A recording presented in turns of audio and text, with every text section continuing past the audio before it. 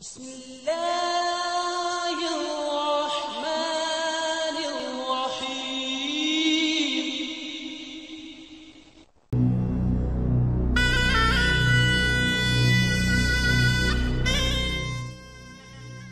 السلام علیکم ورحمۃ اللہ وبرکاتہ. محترم ناظرین، جیسا کہ ہم آپ کی خدمت میں مختلف قسم کی ویڈیو پیش کرتے رہتے ہیں، تو آج ہم آپ کی خدمت میں ایک مختصر سی دستاویزی فلم پیش کر رہے ہیں، جس میں آپ کے سامنے جو جلسہ سالانہ ربوہ ہے، جو کہ سن 1984 سے بند ہے اور اس پہ پابندی لگی ہوئی ہے، اور ہمارے ناظرین میں سے بہت سے ایسے ہوں گے جنہوں نے وہ جلسہ دیکھا نہیں اور نہ ہی اس کے ماحول سے واقف ہیں، تو ہماری کوشش ہے کہ آپ کو دکھایا جائے کہ وہ جلسے کے حالات کیسے تھے اور اس کے بارے میں تھوڑا سا تعارف دیا جائے. آئیں یہ دستاویزی فلم دیکھتے ہیں.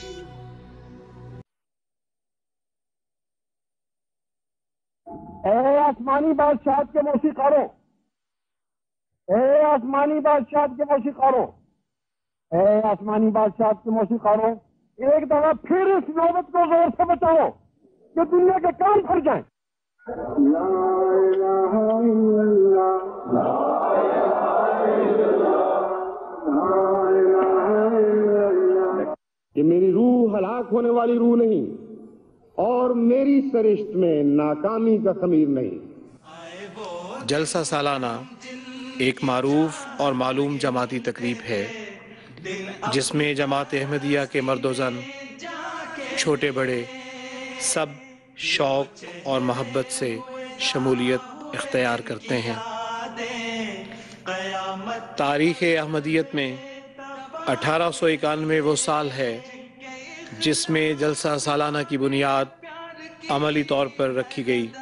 یہ جلسہ 27 دسمبر 1891 کو مسجد اقصی قادیان میں منعقد ہوا، جس میں حضرت مولوی عبدالکریم صاحب سیالکوٹی رضی اللہ تعالی عنہ نے بانی سلسلہ عالیہ حضرت مرزا غلام احمد صاحب قادیانی علیہ الصلاۃ والسلام کا معرکۃ الآراء تحریر کردہ مضمون آسمانی فیصلہ پڑھ کر سنایا.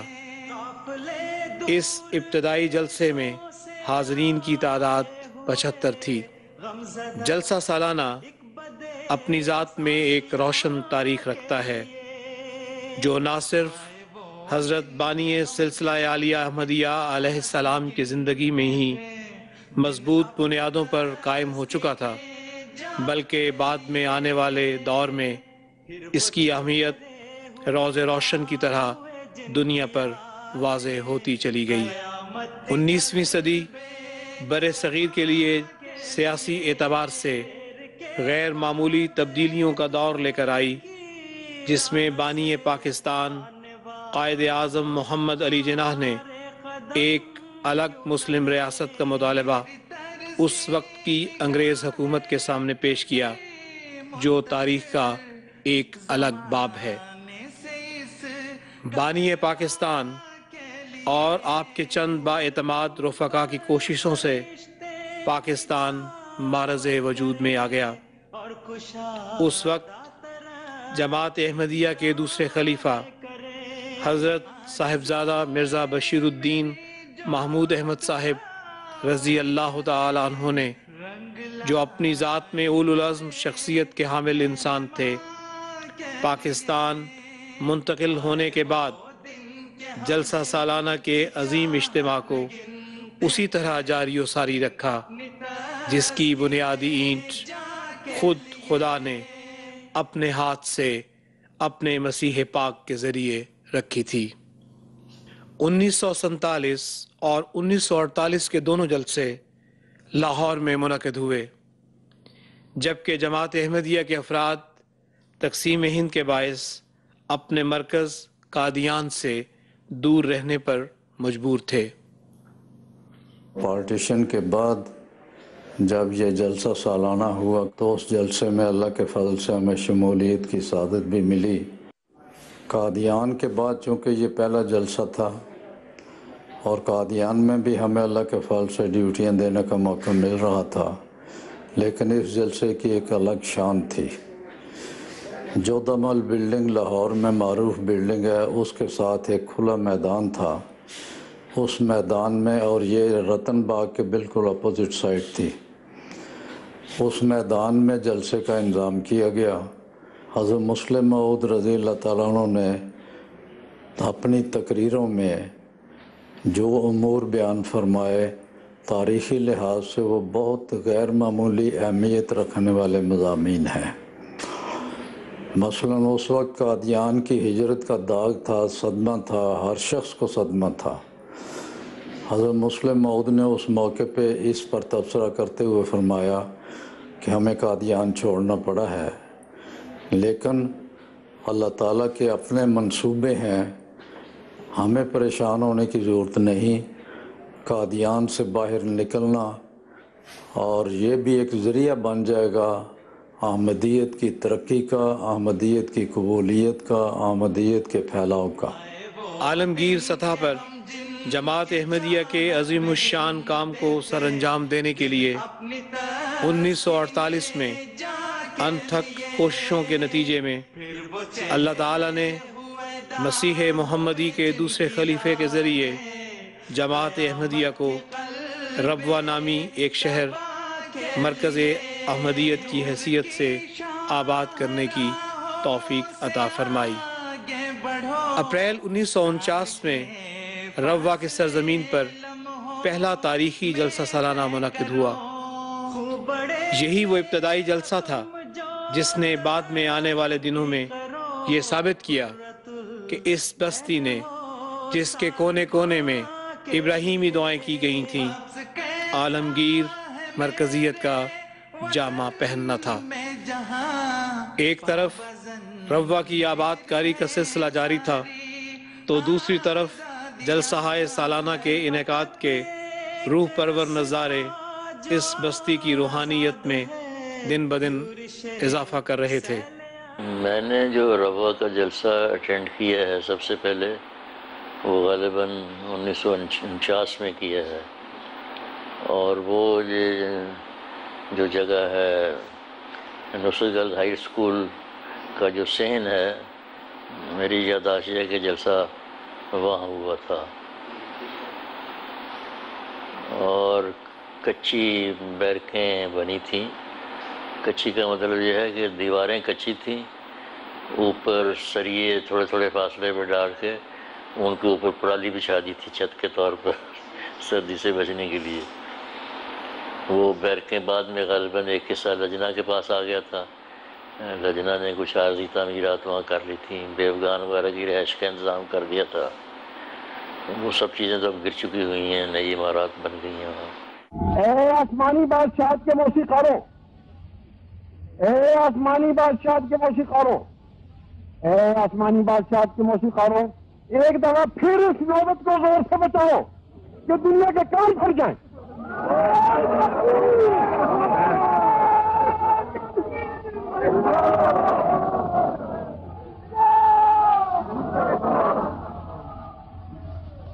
ایک دفعہ پھر اپنے دل کے خون اس کرے نامے بھر دو. ایک دفعہ پھر اپنے دل کے خون اس کرے نامے بھر دو کہ عرش کے پاؤں بھی لرز جائیں. ایک دفعہ پھر اپنے دل کے خون اس کرے نامے بھر دو کہ عرش کے پاؤں بھی لرز جائیں اور فرشتے بھی کام اٹھیں.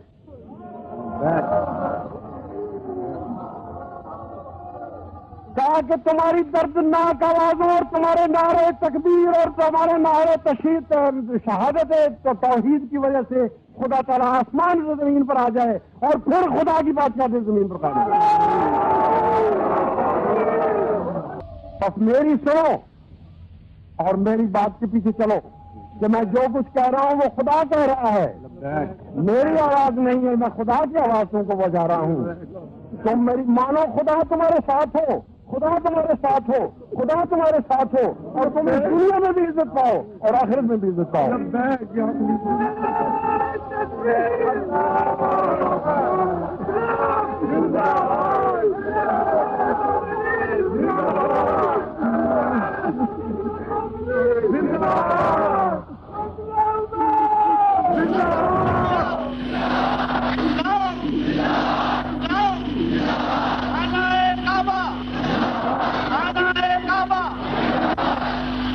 حضرت امام المہدی، حضرت امام المہدی، خلافت احمدیہ، خلافت احمدیہ، خلیفہ ذوالقرنین، خلیفہ ذوالقرنین، محبت کا سفیر مرزا ناصر احمد، محبت کا سفیر مرزا ناصر احمد، مرزا غلام احمد کی، مرزا غلام احمد کی نعرہ تکبیر،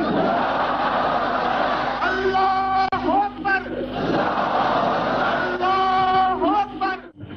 حمد و ثنا اسی کو جو ذات جاودانی، ہم سر نہیں ہے اس کا کوئی نہ کوئی ثانی۔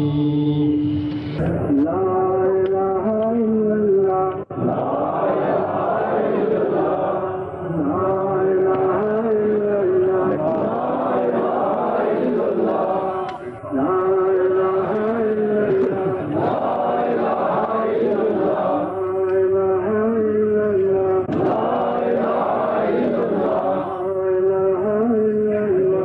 آپ کی فتحوں اور آپ کے قصوروں کو نظر انداز کرے، آپ سے ہمیشہ پیار کرے، آپ کی مدد کرتا رہے، دنیا کے ہر شر سے آپ کو محفوظ رکھے، شیطان کا ہر وال وہاں پر ہو، ناکام رہے۔ ہر ایک سویا اللہ کی روشنی ہوگی، بہار اب کے جو آئی ہے دائمی ہوگی، بہار اب کے جو آئی ہے دائمی ہوگی۔ میں جانتا ہوں کہ خدا تعالی میرے ساتھ ہے، میں جانتا ہوں کہ خدا تعالیٰ میرے ساتھ ہے، میں جانتا ہوں کہ خدا تعالیٰ میرے ساتھ ہے۔ اگر میں پیسا جاؤں اور کچلا جاؤں اور ایک ذرے سے بھی حقیر تر ہو جاؤں اور ایک طرف سے ایذا اور گالی اور ہر ایک طرف سے ایذا اور گالی اور لعنت دیکھوں، تب بھی میں آخر فتح یاب ہوں گا۔ مجھے کوئی نہیں جانتا مگر وہ جو میرے ساتھ ہے، میں ہرگز ضائع نہیں ہو سکتا۔ دشمن کی کوششیں عبث ہیں اور حاسدوں کے منصوبے لا حاصل ہیں۔ اے نادانوں اور اندھو، مجھ سے پہلے کون سابق ضائع ہوا جو میں ضائع ہو جاؤں گا؟ کس سچے وفادار کو خدا نے ذلت کے ساتھ ہلاک کر دیا جو مجھے ہلاک کرے گا؟ یقیناً یاد رکھو اور کان کھول کر سنو کہ میری روح ہلاک ہونے والی روح نہیں ہے۔ کان کھول کر سنو کہ میری روح ہلاک ہونے والی روح نہیں، اور میری سرشت میں ناکامی کا خمیر نہیں۔ آج آغاز اسلام کی باتیں کرتے ہوئے ہمیں درود بھیجنا چاہیے اس موطن اعظم پر، محمد رسول اللہ والذین معہ۔ کس شان کا وہ رسول تھا اور کس شان کے وہ غلام تھے جو آپ کے ساتھ تھے، کیسی اعلیٰ تربیت ان کی گئی اور کیسا پیارا تربیت کا رنگ انہوں نے پکڑا۔ آج کی دعاؤں میں خصوصیت کے ساتھ ہم درود بھیجیں اس موطن اعظم پر، محمد مصطفیٰ صلی اللہ علیہ وآلہ وسلم پر، اور سلام بھیجیں روح بلالی پر، اور سلام بھیجیں روح خباب پر، اور سلام بھیجیں روح قبیب پر۔ میں آپ کو یقین دلاتا ہوں کہ دنیا ادھر سے ادھر ہو جائے، زمین و آسمان ٹل جائیں، مگر یہ تقدیر نہیں بدل سکتی کہ ہمیشہ ہر حال میں نار ابو لہبی یقیناً شکست کھائے گی اور نور مصطفی یقیناً کامیاب ہوگا۔ کوئی نہیں جو بلالی آواز آپ کو مٹا سکے، کوئی پتھر نہیں، کوئی پہاڑ نہیں جو سینوں پر پڑھ کر لا الہ کی آواز کو دبا سکیں، کوئی دکھ اور کوئی غم نہیں،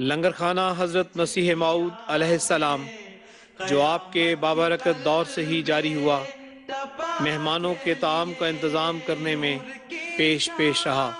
وقت کے ساتھ ساتھ افراد کی تعداد میں اضافے کے پیش نظر دیگر لنگر خانوں کے قیام کا سلسلہ شروع کر دیا گیا۔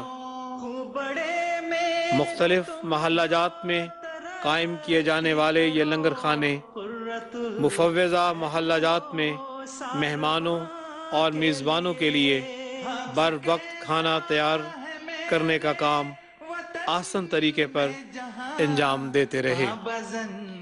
1983 کے جلسے میں تو اس وقت 9 لنگر تھے۔ 9 لنگر سے مراد یہ ہے کہ ایک پرہیزی اور ایک لنگر دارالضیافت کا جو ہے، اور اس کے علاوہ دارالصدر لنگر 1 جس کو کہتے ہیں، دارالرحمت غربی لنگر 2 اور دارالعلوم لنگر 3 اور دارالنصر لنگر 4 اور دارالجمن لنگر 5، دارالصدر غربی کا نمبر 6 اور دارالرحمت شرقی نمبر 7 جو مسجد رازقی کے ساتھ ہے، اور دارالضیافت کا اور پرہیزی، یہ 9 لنگر۔ تو مہمانوں کے کھانے کے انتظام کے لیے مٹی کے پیالے ہوتے تھے، پانی پینے کے لیے آب خورا ہوتا تھا، اور لیٹرین وغیرہ جانے کے لیے لوٹے استعمال کرتے تھے مٹی کے، اور گھڑے بھی کمروں میں پانی کے لیے رکھے جاتے تھے تاکہ ہر مہمان جو ہے وہ اپنے آب خورے سے گھڑے سے پانی لے سکے۔ تو اس طرح سے ان کی رہائش کے لیے، کھانے کے لیے یہ انتظام ہوا کرتا تھا۔ وہ نان بھائیوں کو اٹھانا شروع کیا، اس میں بھی جس طرح پہلے فوراً آ کے اٹھانے پر چلے جاتے تھے، یہ انہوں نے نہیں سست روی کا مظاہرہ کیا، اور اس کا نتیجہ یہ ہوا کہ جو مثلاً ہمارا ڈنگ لگا کرتا تھا، شروع ہوتا تھا جو صبح کی روٹی پکانے کے لیے، وہ 12:30-1 بجے 3 گھنٹے 4 گھنٹے لیٹ ہو گیا، اس وقت تو ہم روٹی تقسیم شروع کر دیتے تھے۔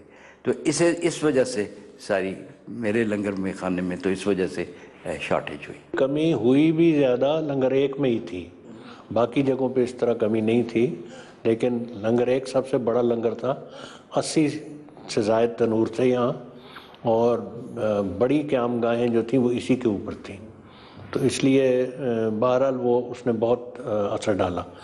یہ صورتحال تھی کہ صبح جس وقت ہم صبح سے مراد ہے رات کے وقت، نماز فجر سے کافی پہلے افسر صاحب جلسہ تھے، میر داؤد احمد صاحب اور ہم دونوں حضور کی خدمت میں گئے اور حضور کو جا کے بتایا کہ یہ صورتحال ہے۔ اس وقت صرف 5000 روٹی تھی لنگر 1 میں پکی ہوئی، جبکہ ٹوٹل روٹی وہاں پکنی تھی 35000۔ فجر کی نماز میں ہی حضرت صاحب نے نماز پڑھاتے ہی یہ اعلان کیا کہ یہ صورتحال ہو گئی ہے، اس لیے آج سب جو روا میں رہنے والے ہیں یا باہر سے آئے ہیں، گھروں میں ٹھہرے ہیں یا قیام گاہوں میں ٹھہرے ہیں، میں بھی 1 روٹی کھاؤں گا اور باقی بھی سب 1 روٹی کھائیں گے، اس سے زیادہ کوئی نہیں کھائے گا۔ دوسرے حضور نے یہ بھی ہدایت فرمائی کہ گھروں میں روٹیاں پکا کے تو لنگر نمبر 1 میں بھجوائی جائیں۔